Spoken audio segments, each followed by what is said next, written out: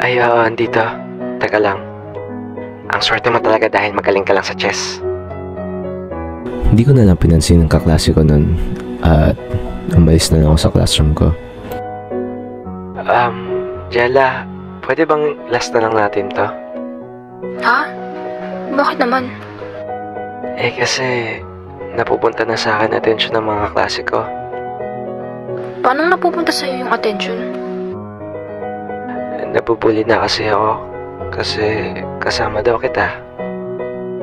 Ano naman kung kasama mo ko? Alam mo naman siguro na lahat sila may gusto sa'yo dahil ikaw daw yung high school sweetheart. Sino ba yung nambuli sa'yo dun? Yung katabi kong lalaki. Sige, tayin mo ako dito.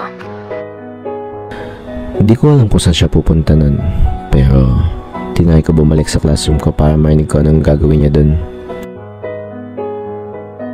Bakit mo binubuli si Vincent? Anong binubuli? Di ba galit ka din doon? Ako lang pwede magalit sa taong yun. Pero isa pang bully sa kanya. Sisiguraduhin kong hindi ka na makakabalik sa eskwelahan na to. Baka nakakalimutan mong principal ng lolo ko dito. Ewan ko sa'yo. Nagulat ako nun at pinaglaban niya ako. Dahil wala pang tao na pinaglaban ako or pinotektahan ako pag may kumakantsaw sa akin. Nakasalubong niya ako sa labas ng classroom at alam niya narinig ko lahat. Oh, nandito ka na pala. Tara, maglaro na tayo. Nagulat na lang ako na parang wala lang sa kanya yung mga nangyaring yun.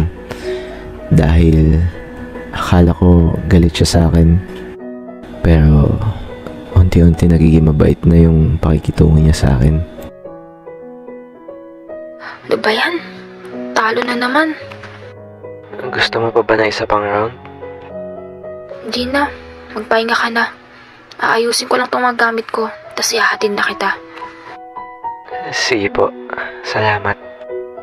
Huwag ka nang magpo.